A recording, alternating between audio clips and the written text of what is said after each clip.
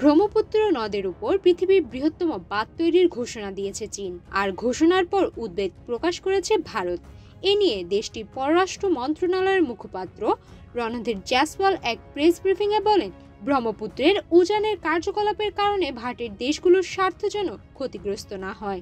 তবে চীনের দাবি, এ বাঁধ ভাটির দেশগুলো অর্থাৎ ভারত ও বাংলাদেশে কোনো নেতিবাচক প্রভাব ফেলবে না। ভারতে চীনা দূতাবাসের মুখপাত্র ইউজিং সামাজিক যোগাযোগ মাধ্যম এক্সে শেয়ার করা এক পোস্টে একথা বলেন।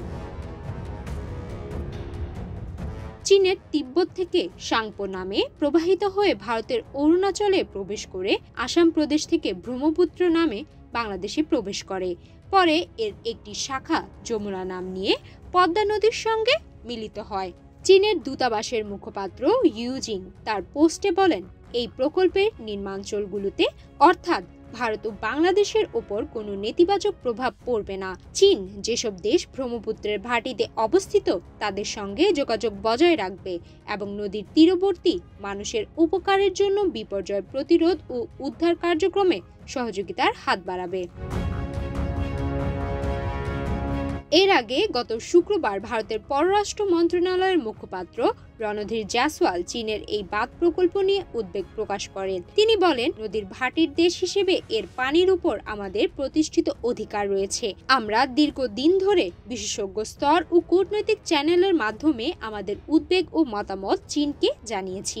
ভারত চীনকে অনুরোধ করেছে যেন ব্রহ্মপুত্রের ভাটির দেশগুলোর স্বার্থ ক্ষতিগ্রস্ত না হয় তাদের প্রকল্পের কারণে।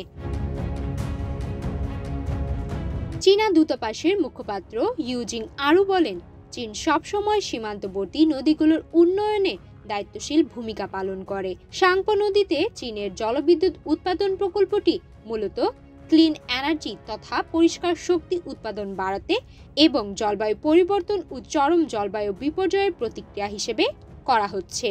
এই জলবিদ্যুৎ উন্নয়ন প্রকল্পের জন্য দীর্ঘদিন ধরে ব্যাপক গবেষণা ও পরিকল্পনা করা হয়েছে এবং প্রকল্পের নিরাপত্তা ও পরিবেশ রক্ষার জন্য সুরক্ষা ব্যবস্থা নেওয়া হয়েছে। চীনের এ বক্তব্যে পরিষ্কার ইঙ্গিত দেওয়া হয়েছে যে তারা প্রকল্পটি বাস্তবায়ন করতে গিয়ে আশেপাশের দেশের স্বার্থ এবং পরিবেশের ক্ষতি করার কোনো উদ্দেশ্য রাখে না। তবে ভারতের পক্ষ থেকে এ বিষয়ে আগের মতোই সন্দেহ ও উদ্বেগ রয়েছে, বিশেষ করে ব্রহ্মপুত্রের নদী বন্টনের বিষয়ে চীনের একতরফা উদ্যোগ নিয়ে। সুমাইয়া মিতু, বাংলাদেশ প্রতিদিন।